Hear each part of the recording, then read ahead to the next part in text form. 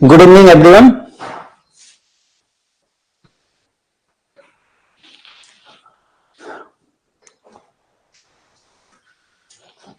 आज संडे है और संडे के दिन ज्यादा मेहनत करने का इरादा है, तो आज दो क्लासेस हैं, एक 7:30 से और एक 8:30 से। ये पहले एबीएम डिस्कस करेंगे, MCQs, and then we will go for BFM MCQs. Okay, good evening, नमस्ते सभी को। तो आप लोग ज्वाइन करते रहिए, मैं तब तक जो है क्वेश्चंस ले आता हूं ताकि आप जो लोग ज्वाइन करते हैं वो अपना दिमाग लगाएं। तो क्वेश्चन नंबर 1 है, गुड इवनिंग सभी को। John Holland has presented personality into how many types, यानी कि एज पर जॉन हॉलैंड पर्सनालिटी कितने तरीके की होती है। एज पर जॉन हॉलैंड पर्सनालिटी कितने तरीके की होती है।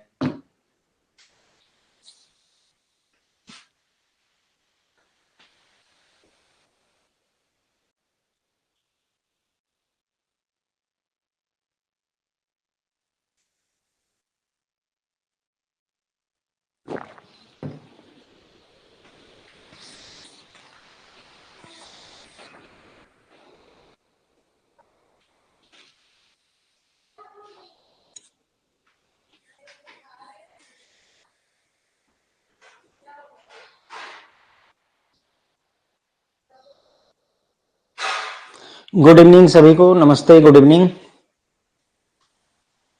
जो लोग ज्वाइन कर चुके हैं आंसर करिए, जो लोग नहीं ज्वाइन किए हैं ज्वाइन कर लें। तो एज पर जॉन हॉलैंड पर्सनालिटी कितने टाइप की होती है, how many types of personality is there. तो सर ये 6 तरीके की पर्सनालिटी होती हैं। एज पर जॉन हॉलैंड 6 तरीके की पर्सनालिटी होती हैं, इनकी कुछ सर्टेन कैरेक्टरिस्टिक्स वगैरह होती हैं।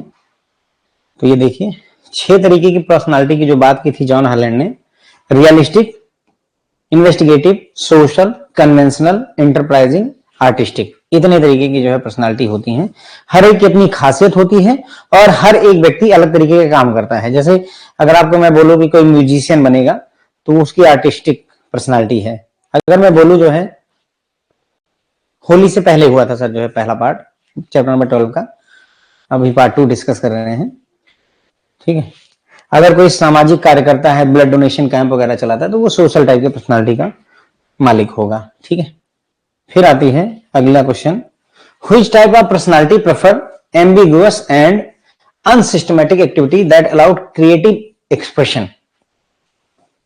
तो किस पर्सनालिटी में क्लियरिटी नहीं रहती, एम्बिग्यूटी होगी, अनसिस्टमैटिक एक्टिविटी वो करेगा, क्रिएटिव एक्सप्रेशन ताकि वो दे सके। मतलब जैसे एक है कि हम पैदा हुए, पढ़ाई करी, फिर नौकरी करी और आगे बढ़े, जिंदगी खत्म हो गई। एक ये होता है कि मतलब हम एक ही रूट पर चलेंगे। एक होता है कि नहीं, अपने को कुछ डिफरेंट करने का है ना, माउंटेन ड्यू पिया और डर के आगे जीत ढूंढनी है। तो ये उस तरीके के लोग होते हैं, मतलब क्रिएटिव एक्सप्रेशन इनसे निकल करके आता है, सिस्टमैटिक वे में नहीं चलते। सुबह ही उठना है ऐसा जरूरी नहीं इनके लिए, जब मन करेगा उठेंगे। कोई ऐसा जरूरी थोड़ी किसी ने लिख दिया है क्या कि सुबह 6 बजे उठना है या सुबह उठना ही है। मत उठिए, रात में उठिए, दिन में सोइए, कोई मना ही थोड़ी है। That's kind of personality they have. ठीक है, तो अनसिस्टमैटिक एक्टिविटीज करते हैं लोग, गरीबों की मदद करते हैं, गरीबों का शोषण अनसिस्टमैटिक एक्टिविटी, ये गलत एग्जाम्पल हो जाएगा, सॉरी। ठीक है, तो ये होता है। देखो क्रिएटिव एक्सप्रेशन आएंगे आर्टिस्टिक जो लोग होते हैं उनके अंदर में। ठीक है, जो आर्टिस्टिक लोग होते हैं इनके अंदर क्रिएटिविटी होती है।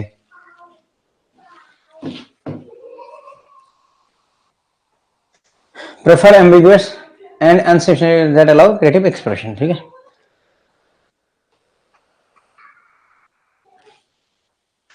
फिर आता है कि आपको यहां पर मैच करवानी है पर्सनालिटी और उनके द्वारा किए जाने वाले types of personality and with their congruent occupation. Congruent occupation का क्या मतलब होता है सर? कॉन्ग्रुएंट ऑक्यूपेशन का मतलब होता है कि जैसी आपकी पर्सनालिटी उसके हिसाब से कौन सा काम आपको करना है। से कि अगर आप सोशल वर्कर हैं, सोशल टाइप की पर्सनालिटी है, तो आप इसमें से कौन सा काम करना पसंद करेंगे? क्या आप अकाउंटेंट बनेंगे, क्या आप लॉयर बनेंगे, क्या आप टीचर काउंसलर बनेंगे, या फिर आप बायोलॉजिस्ट बनेंगे? तो वो बताना है कॉन्ग्रुएंट, मतलब आपकी पर्सनालिटी के हिसाब से कौन सा काम आप करना पसंद करेंगे, ये आपको मैच करना है। तो मैच करिए। ठीक है,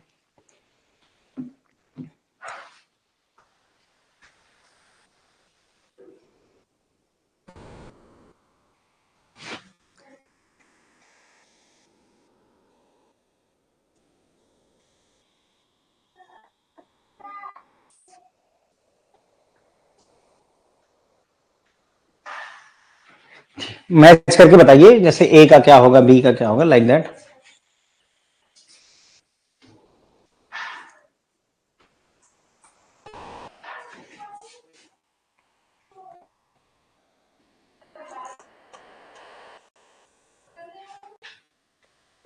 इसमें मैच में ना जो दिमाग में आए कि अगर ऐसा होता, जैसे सोशल पकड़ा मैंने कि भाई सोशल लोग होते हैं, सोशल सामाजिक लोग हैं, तो वो टीचर बनेंगे, काउंसलर बनेंगे, है ना, साइकोलॉजिस्ट, ये सामाजिक तौर वाले काम को करना पसंद करेंगे। ठीक है, तो बी का हमारा 3 हो गया। ठीक है, उसके बाद में इन्वेस्टिगेटिव, इन्वेस्टिगेशन करना चाहते हैं भाई। ठीक है, तो कहां जाएंगे हम, आओ ये न्यूज रिपोर्टर से हम देख सकते हैं कि भाई इन्वेस्टिगेशन करना है तो न्यूज रिपोर्टर की तरफ जाना चाहेंगे। 4 हो गया।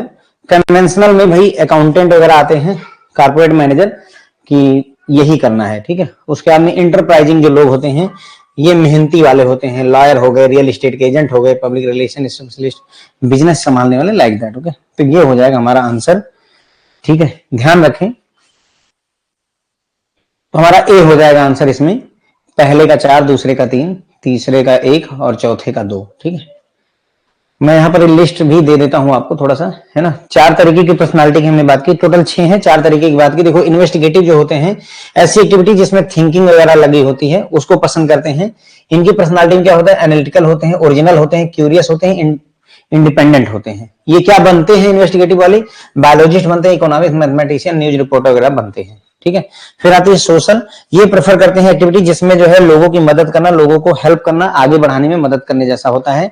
इनकी खासियत क्या होती है, सामाजिक होते हैं, दोस्ती वाले होते हैं, कोऑपरेटिव होते हैं, समझदार होते हैं, लाइक दैट। ओके, अब यहाँ पर अगर इनकी खासियत में, तो ये बनेंगे सोशल वर्कर का काम करेंगे, टीचर बनेंगे, काउंसलर बनेंगे, साइकोलॉजिस्ट वगैरह बनेंगे, जहां पर लोगों की मदद हो सके। ठीक है, फिर आ गया कन्वेंशनल। कन्वेंशनल जैसा चला आ रहा है, prefers rule regulated, orderly and unambiguous activities. ठीक है, मतलब कहने का कि रूल रेगुलेशन एज पर आर्मी, नेवी, उस टाइप का काम होना चाहिए इनका। कंफर्मिंग, इफिशिएंट, प्रैक्टिकल होते हैं, अनइमेजिनेटिव होते हैं, बैंक में टेलर वगैरह का काम करने वाले लोग जो क्लर्क वगैरह होते हैं। ठीक है, यहां मैं सिर्फ एग्जाम्पल दे रहा हूं, यहां मैं ये नहीं कह रहा हूं कि आप गड़बड़ हैं जो क्लर्क हैं हमारे भाई लोग, लेकिन मतलब कह रहा हूं कि हाँ, ये कन्वेंशनल पर्सनालिटी में आते हैं कि हाँ ठीक है, हम जैसे बैंक में जो भी लोग हैं, हम में से ज्यादातर ऐसे ही हैं कि कन्वेंशनल जिंदगी जी रहे हैं। ठीक है, अनकन्वेंशनल कौन जी रहा है, उर्फी जावेद जी रही है। ठीक है, उसने सोचा ही नहीं कि कुछ पढ़ना है। देखें, अकाउंटेंट, कारपोरेट मैनेजर एग्जाम्पल हो गए इसके, बैंक टेलर भी हो जाएंगे और क्लर्क वगैरह भी इसके एग्जाम्पल हो जाएंगे। फिर आ जाता है इंटरप्राइजिंग, मेहनती, मेहनत करने वाले लोग, prefers verbal activities where there are opportunities to influence other and attain power. मतलब ऐसी चीजें पसंद करते हैं जहां पर आप अपनी बातों से लोगों को इंप्रेस कर सकें, है ना, इंप्रेस कर सकें। तो सेल्फ कॉन्फिडेंट होते हैं, एम्बिशियस होते हैं, एनर्जेटिक होते हैं, और डोमिनेटिंग, डिटरमाइनिंग, है ना, डोमिनेशन वगैरह भी होगा। तो इसमें वकील हो गए, रियल एस्टेट के एजेंट हो गए, पब्लिक रिलेशन स्पेशलिस्ट हो गए, स्मॉल बिजनेस मैनेजर, ये सारे लोग आ जाते हैं। ठीक है, फिर आ जाती है अगली personality, which type of personality shows the characteristics of shy, genuine, persistent, stable and conforming. तो अभी जैसे मैंने आपको पर्सनालिटी के टाइप बताया ना, यहाँ पर पर्सनालिटी की खासियत देखें, यहाँ पर पर्सनालिटी क्या खासियत है, एनालिटिकल है, ओरिजिनल है, क्यूरियस है, सोशलेबल है, फ्रेंडली है, कंफर्मिंग है, एफिशिएंट है, सेल्फ कॉन्फिडेंट है, एम्बिशियस है। उसी तरीके से पूछ रहा है कि कौन सी पर्सनालिटी ऐसी होती है जिसमें व्यक्ति साई होता है, जेन्युइन होगा, परसिस्टेंट रहेगा, स्टेबल रहेगा, कंफर्मिंग रहेगा, ये सारी खासियत वाला होगा।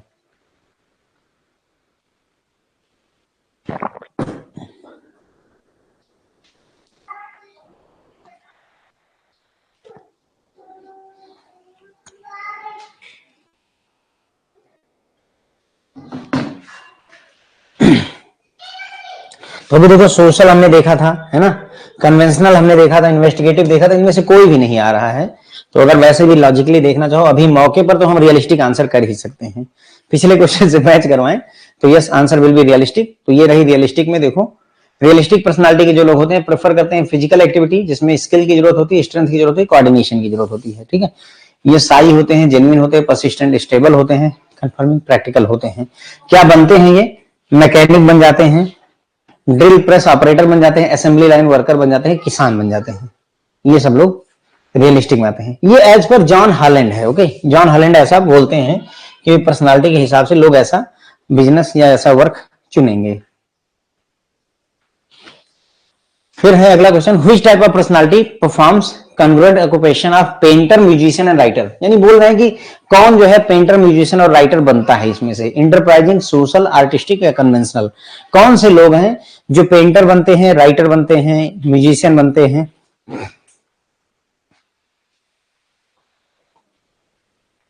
ये आसान सा क्वेश्चन है, आई थिंक आप आंसर कर पाएंगे। क्रिएटिविटी आपको दिखानी पड़ेगी ना, अगर आप पेंटर हैं, म्यूजिशियन है, समथिंग लाइक दैट।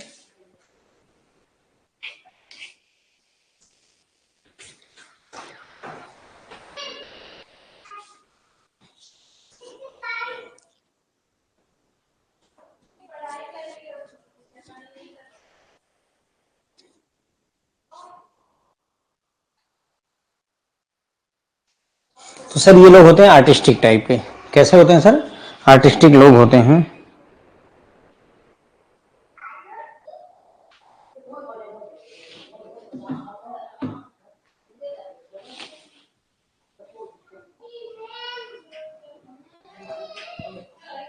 ठीक है, तो आर्टिस्टिक वाले जो होते हैं, देखिए इनमें क्या होता है, एम्बिगुअस अनसिस्टमेटिक एक्टिविटीज, इसमें क्रिएटिव एक्सप्रेशन अलाउ होता है, इमेजिनेटिव होते हैं, डिसऑर्डरली होते हैं, आइडियलिस्टिक होते हैं, इमोशनल होते हैं, इम्प्रैक्टिकल होते हैं। ये पेंटर बनते हैं, म्यूजिशियन, राइटर, इंटीरियर डिजाइनर वगैरह, ये सारी चीजें।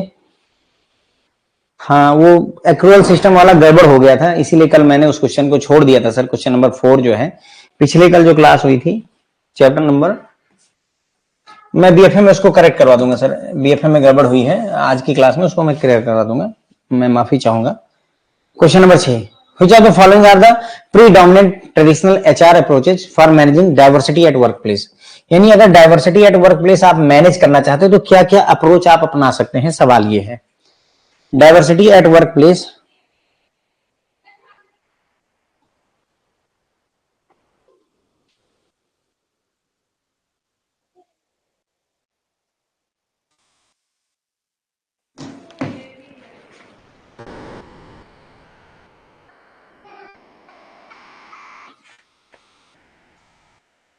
अगर वर्क प्लेस पर डाइवर्सिटी मैनेज करना चाहते हैं, डाइवर्सिटी बढ़ाना चाहते हैं, तरह तरह के लोग, भिन्न भिन्न जातियों के लोग, भिन्न भिन्न भाषाओं के लोग, भिन्न भिन्न देशों के लोग एक साथ काम करें, उसको मैनेज करना चाहते हैं, तो उसके लिए क्या क्या अप्रोच अपनाई जा सकती है?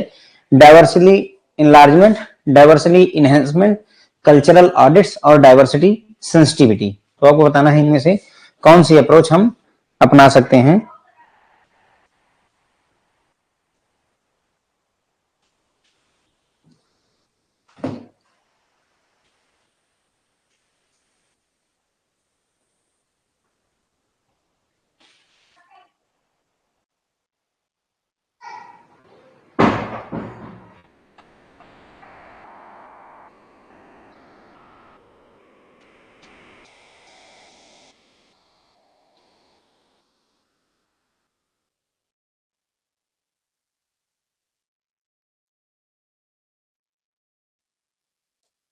तो तीन चीजें होती हैं फ्रेंड, जो है डाइवर्सिटी इनलार्जमेंट, कल्चरल ऑडिट्स और डाइवर्सिटी सेंसिटिविटी। इन तीनों की सहायता से आप ये कर सकते हैं।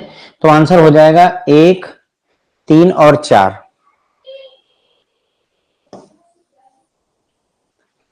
डाइवर्सिटी इनहेंसमेंट नहीं होता है, ठीक है। डाइवर्सिटी इनहेंसमेंट जैसी कोई चीज नहीं होती है। तो ये तीन चीजें हैं जिनसे हम डाइवर्सिटी को बढ़ा सकते हैं।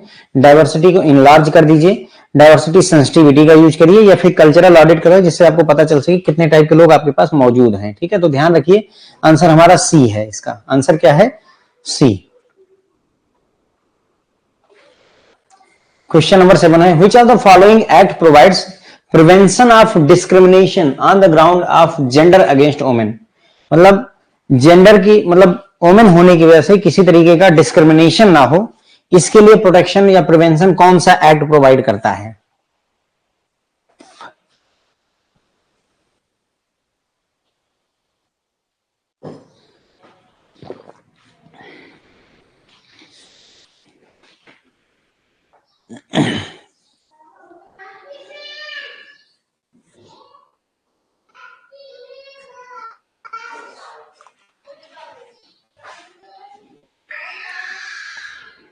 जो भी लोग ज्वाइन है आंसर करते रहिए।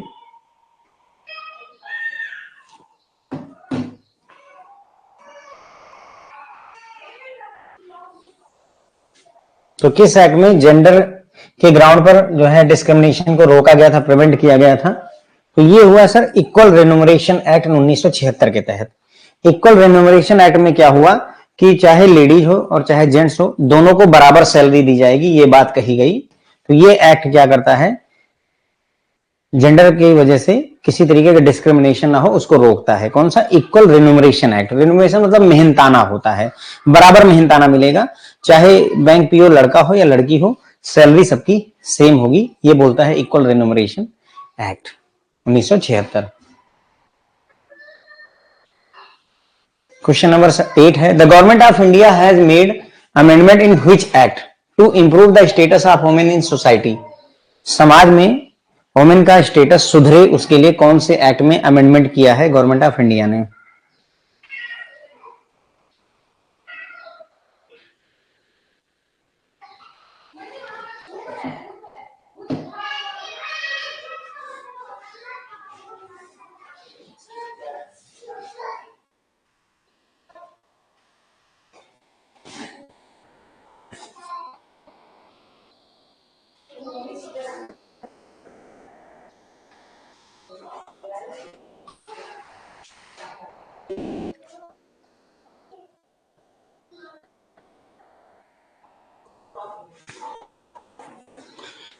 तो इसके लिए यानी वुमेन के स्टेटस को सुधारने के लिए हिंदू सक्सेशन एक्ट 1956 लाया गया है, आया था। इसमें इनहेंसमेंट की गई है, मॉडिफिकेशन किया गया। क्या क्या इंप्रूवमेंट किया गया? वही जो कि फादर की जो प्रॉपर्टी होती है उसमें जो है सन और डॉटर दोनों का इक्वल राइट होता है, ठीक है, बेटे और बेटी दोनों को बराबर अधिकार मिलता है। यानी पिता की संपत्ति में सिर्फ बेटों का ही अधिकार नहीं होता, बेटियों का भी अधिकार होता है।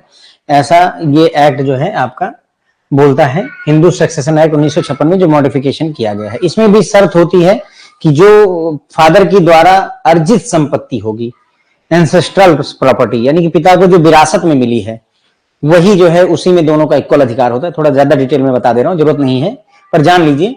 जैसे मान लीजिए आपके फादर हैं, उनको आपके घर में 10 बीघे जमीन है, ठीक है, लेकिन 10 बीघे में से 5 बीघे आपके फादर को आपके फादर के फादर से मिली है, ग्रैंड फादर से, और बाकी का 5 बीघे उन्होंने खरीदा है। तो ये जो 5 बीघे उनको विरासत में मिली है उसी पर इन दोनों को इक्वल राइट्स दिए गए हैं, बेटा बेटी एक समान होंगे। जो बाकी का 5 बीघा है वो फादर खुद डिसाइड करता है, चाहे तो बेटे को दे दे चाहे तो बेटी को दे दे। वहां पर ये दावा नहीं ठोका जा सकता है कि मेरा ही अधिकार है, ये इसका कॉन्सेप्ट है, ठीक है। चलिए, ये क्वेश्चन एग्जाम में पूछा जा चुका है, और पता है विदाउट ऑप्शन पूछा था। मतलब सबसे खराब बात यह है कि ये क्वेश्चन एग्जाम में विदाउट ऑप्शन पूछा गया था। उन्होंने बोला था कि आप इसको डी MM YYYY के फॉर्मेट में भरेंगे, विदाउट ऑप्शन क्वेश्चन आया हुआ था। पॉस एक्ट जो होता है सेक्सुअल हरासमेंट से related, prevention prohibition and redressal act जो है वो किस डेट से इफेक्टिव है, किस डेट से लागू हुआ हमारे देश में, सवाल ये था।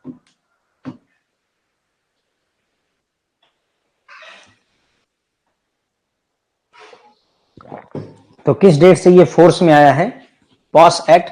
बहुत पूछा जाता है फ्रेंड्स ये क्वेश्चन, पॉस एक्ट पूछा जाता है, इवन विदाउट ऑप्शन पूछ लिया तो आप समझ लीजिए कितना बढ़िया क्वेश्चन है ये। तो पॉस एक्ट जो है किस डेट से इफेक्टिव है हमारी कंट्री में, सवाल ये है। गलत होने के पूरे चांसेस होंगे। ये सर आया है 9 दिसंबर 2013। कब से लागू हुआ है? 9 दिसंबर 2013 से। ध्यान रखें, अगर इसमें भरने के लिए कहा है तो 09/12/2013 ऐसे फिल करने की जरूरत है। DDMMYY फॉर्मेट में कहा गया था। अगर मान लीजिए आपको DDMM और YY कह दे तो उस केस में क्या करेंगे, 09 रखेंगे और 12 रखेंगे और यहाँ 13 रख देंगे। जैसा भी पूछ ले, गलत मत करिएगा, है ना। दिसंबर 2024 में आया हुआ था सर, हाँ ये बिल्कुल ये क्वेश्चन आया हुआ है, ठीक है, ध्यान रखिएगा। पॉस एक्ट 9 दिसंबर 2013 से हमारे देश में इफेक्टिवली लागू है। बाकी और भी डेट्स हैं, बट अपने काम की डेट है कि ये जो act came into force on 9 December 2013। Which of the following theories are related to motivation, इनमें से कौन कौन सी थ्योरी मोटिवेशन से रिलेटेड हैं?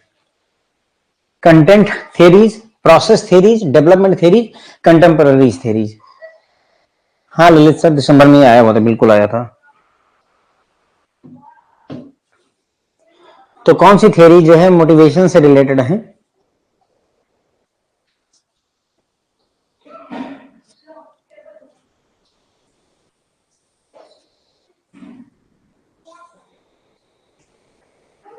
जितनी भी मोटिवेशन की थ्योरी है, चाहे हॉलैंड की थ्योरी हो या फिर जो है मैस्लो हायरार्की थ्योरी हो, हर्ट्जबर्ग की टू फैक्टर थ्योरी हो, सभी थ्योरी इन्हीं में से किसी की टाइप है, मतलब कहने का। तो कुल मिलाकर के जो है मोटिवेशन की 3 तरीके की थ्योरी होती हैं, कंटेंट थ्योरी, प्रोसेस थ्योरी और कंटेम्पररी थ्योरी। 3 तरीके होती हैं।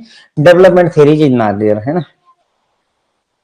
तो 3 है, 1, 3 और 4, 1, 3 और 4।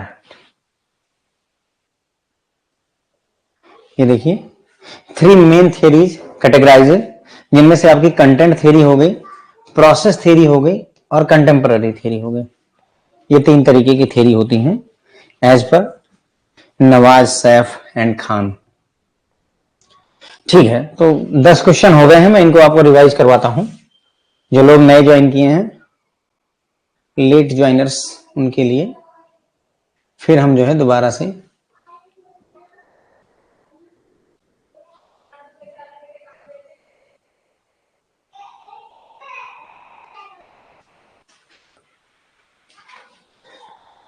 क्वेश्चन नंबर 1 है, जॉन हॉलैंड ने कितने तरीके की पर्सनालिटी की बात की है? तो जॉन हॉलैंड के हिसाब से 6 तरीके की पर्सनालिटी होती हैं। कितने तरीके की पर्सनालिटी होती हैं? 6 तरीके की पर्सनालिटी होती हैं। कौन कौन सी? ध्यान रखें, एग्जाम में ये भी पूछ सकता है कि इनमें से कौन सी नहीं है। तो 3 इसमें से रखेगा, एक और अपनी तरफ से बना देगा। तो realistic, investigative, social, conventional, enterprising, artistic. ऐसा क्वेश्चन बहुत बनाता है आईएफएफ। वो क्या करेगा, ये बोलेगा कि जॉन हॉलैंड के हिसाब से कौन सी पर्सनालिटी का टाइप नहीं है। रियलिस्टिक, इन्वेस्टिगेटिव, सोशल, 3 तो ये उठा के रख दिए और एक अपनी तरफ से बना दिया, मैकेनिकल लिख दिया, मान लो, है ना, यहाँ पर मैकेनिकल लिख दिया, तो वो गड़बड़ हो जाएगी। तो याद रखें नाम थोड़ा सा, ठीक है। फिर आगे बढ़े, तो इनमें पूछा कि इनमें से कौन सी पर्सनालिटी होती है जो कि प्रेफर करती है एम्बिगुअस, अनसिस्टमैटिक एक्टिविटीज और इसमें क्रिएटिव एक्सप्रेशन अलाउ होते हैं। तो ये खासियत होती है किसकी? आर्टिस्टिक पर्सनालिटी की। किसकी खासियत होती है? आर्टिस्टिक पर्सनालिटी की खासियत होती है। फिर तीसरा क्वेश्चन था मैच करने का, कि आपको बताना है कि अगर व्यक्ति की पर्सनालिटी ऐसी है तो वो कौन सा काम करेगा। तो जो लोग इन्वेस्टिगेटिव होते हैं वो बायोलॉजिस्ट बनते हैं, इकोनॉमिस्ट बनते हैं, मैथमेटिशियन बनते हैं, न्यूज के रिपोर्टर बनते हैं। जो लोग सोशल होते हैं वो टीचर बनते हैं, काउंसलर बनते हैं, लोगों की हेल्प करना चाहते हैं। कन्वेंशनली हम अकाउंटेंट, है ना, कारपोरेट मैनेजर, क्लर्क, ये सारे। और एंटरप्राइजिंग में ये लोग मतलब दूसरों को इंप्रेस करने की क्षमता रखते हैं। तो lawyer, real estate agent, public relation specialist, business owner, like that, ये सारी चीजें करते हैं। ठीक, तो हमारा ये आंसर हो गया ए। फिर यहां पर हमने इनके बारे में थोड़ा सा डिटेल में चर्चा की थी, ठीक है। फिर अगला क्वेश्चन था क्वेश्चन नंबर 4, कि इनमें से व्हिच टाइप ऑफ पर्सनालिटी जो है शो करती है characteristics of Sai, genuine, persistent, stable और कंफर्मिंग। तो ये किसकी पर्सनालिटी होती है? कौन से लोगों की पर्सनालिटी होती है? तो ये रियलिस्टिक लोगों की पर्सनालिटी होती है। रियलिस्टिक लोग कौन से होते हैं? जो किसान होते हैं, मैकेनिक बनते हैं, इस तरीके के लोग होते हैं। तो ये साई होते हैं, जेन्युइन होते हैं, स्टेबल होते हैं, कंफर्मिंग होते हैं। ठीक है, तो ये mechanic, drill plus operator, assembly line worker, farmers.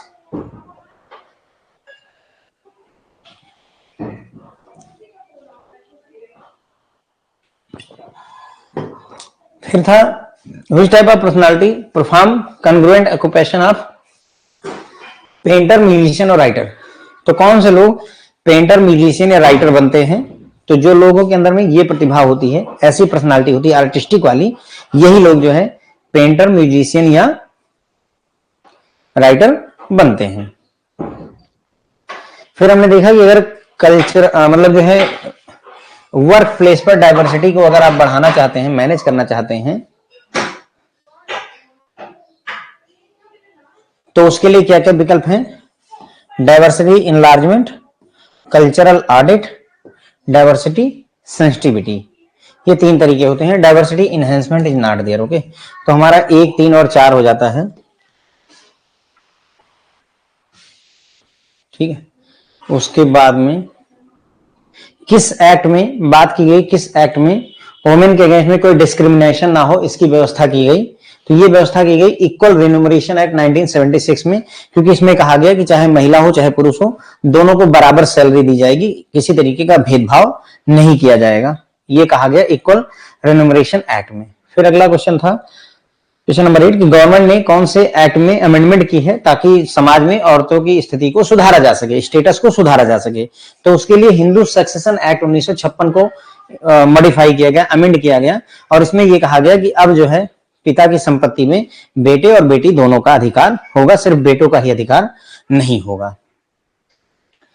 फिर अगला क्वेश्चन था कि POSH act, prevention prohibition and redressal act, जो सेक्सुअल हरासमेंट से रिलेटेड है, ये किस डेट से इफेक्टिव हुआ, किस डेट से हमारे देश में लागू हुआ, फोर्स में आया? तो ये हुआ है 9 दिसंबर 2013 में। मैंने ये भी बता दिया आपको कि ये विदाउट ऑप्शन भी क्वेश्चन आया हुआ था, विदाउट ऑप्शन। तो याद रखें 9 दिसंबर 2013, 9 दिसंबर 2013 से ये इफेक्टिव हमारे देश में लागू हुआ है। उसके बाद में क्वेश्चन नंबर 10 में देखा कि इनमें से कौन सी थ्योरी मोटिवेशन से रिलेटेड नहीं है, कौन सी मोटिवेशन से रिलेटेड नहीं है? तो इसमें कंटेंट थ्योरी, प्रोसेस थ्योरी और कंटेम्पोररी थ्योरी, ये 3 तरीके की थ्योरी जो है मोटिवेशन से रिलेटेड है, डेवलपमेंट थ्योरी नहीं होती हैं। फिर आ गया फ्रेंड्स हमारा क्वेश्चन नंबर 11। क्वेश्चन नंबर 11 यहां से पढ़ेंगे, who is known as the father of scientific management, किसे साइंटिफिक मैनेजमेंट का फादर कहा जाता है? ये क्वेश्चन एबीएम में भी पूछा जाता है, एबीएम मॉड्यूल ए में, एबीएफएम में, सॉरी एबीएफएम में, एबीएफएम में भी क्वेश्चन पूछा जाता है, साइंटिफिक मैनेजमेंट का फादर किसे कहते हैं? ये एबीएम में भी मिल सकता है, बीएफएम में भी मिल सकता है, नहीं एबीएम में मिल सकता है, एबीएफएम में, दोनों में मिल जाएगा, और एचआरएम में मिल सकता है ना। एबीएम में तो है ही और एचआरएम में भी पूछा जा सकता है। अच्छा क्वेश्चन है ये कि who is known as father of scientific management.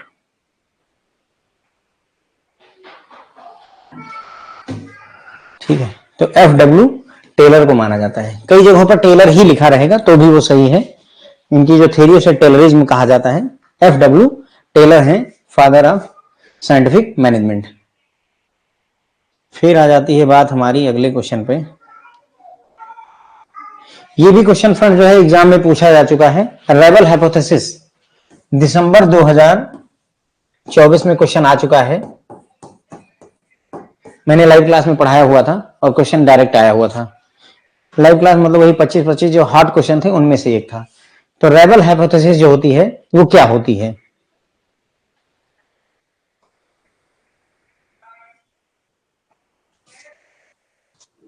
Question number 12 है, रेबल हाइपोथेसिस क्या होती है? पूछा था क्वेश्चन, बहुत अच्छा क्वेश्चन है अपने आप में, फटाफट आप लोग आंसर करिए, ना भी आता हो तो आंसर करें।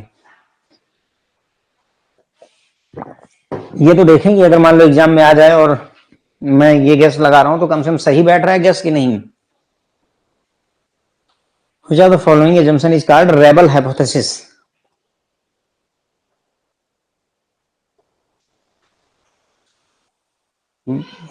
बहुत अच्छा क्वेश्चन है और कई बार पूछा जा चुका है friends. Okay,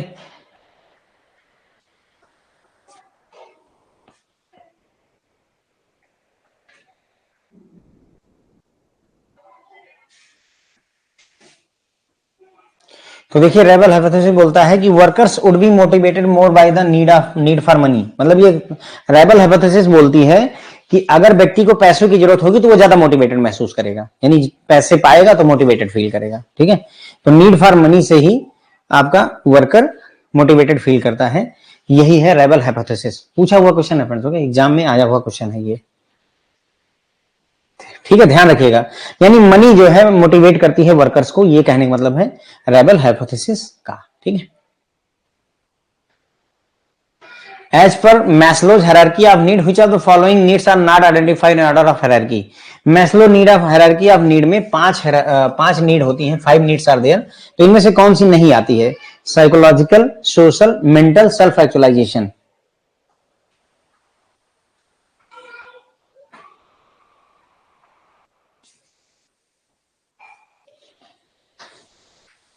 friends Maslow hierarchy of need जो थ्योरी है ना, उसमें से कौन सा नहीं आता है?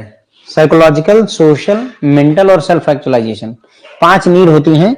बहुत पूछा जाता है फ्रेंड्स। देखिए मैस्लो हायरार्की ऑफ नीड, और एक वो जो जौहरी विंडो, ये क्वेश्चन बहुत ज्यादा पूछा जाता है।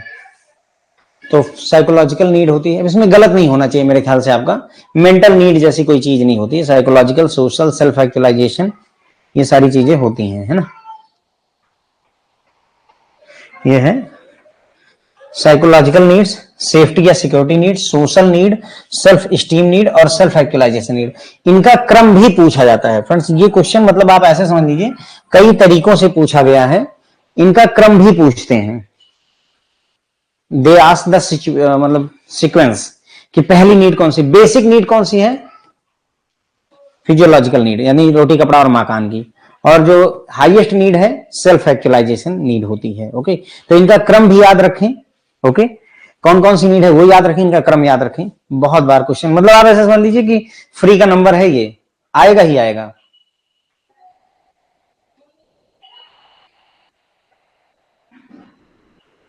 एज पर हर्ट्जबर्ग 2 फैक्टर थ्योरी, हर्ट्जबर्ग की 2 फैक्टर थ्योरी है। जो फैक्टर उन्होंने आइडेंटिफाई किए थे उन्हें 2 कैटेगरी में बांटा था। हर्ट्जबर्ग ने जो फैक्टर दिए थे 2 फैक्टर थ्योरी, तो उसमें से 2 फैक्टर कौन कौन से हैं? Motivation factor, financial factor, hygiene या maintenance factor, self respect factor. आपको ये बताना है।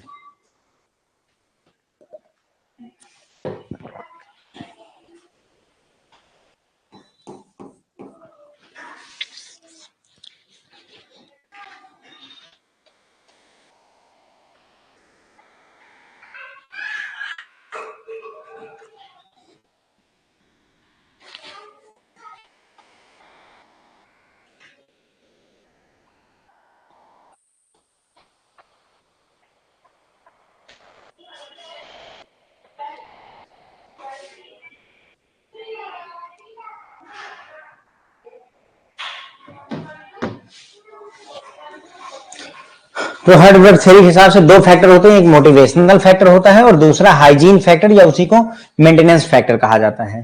तो 1 और 3 हमारा आंसर हो जाएगा, 1 और 3। ठीक है, तो हर्ट्जबर्ग 2 फैक्टर थ्योरी के हिसाब से ये 2 फैक्टर होते हैं, मोटिवेशन फैक्टर और हाइजीन या मेंटेनेंस फैक्टर।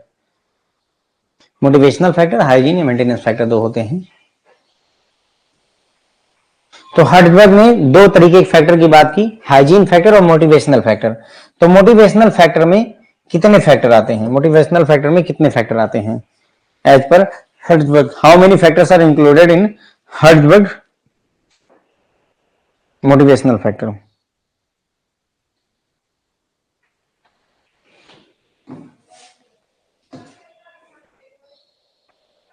यानी कि कौन कौन सी चीजें मोटिवेट करती हैं, ऐसी कितनी चीजों को बताया है हर्ट्जबर्ग ने? 4, 5, 6, 7 कितनी चीजें, कितने फैक्टर्स हैं जो मोटिवेट करते हैं? कितने फैक्टर्स हैं जो मोटिवेट करते हैं, ये है सवाल। तो कुल मिलाकर के देयर फ्रेंड्स 6 जो है फैक्टर होते हैं जो कि मोटिवेट करते हैं एम्प्लॉय को। How many factors? 6 factor are there जो कि मोटिवेट करते हैं एम्प्लॉय को।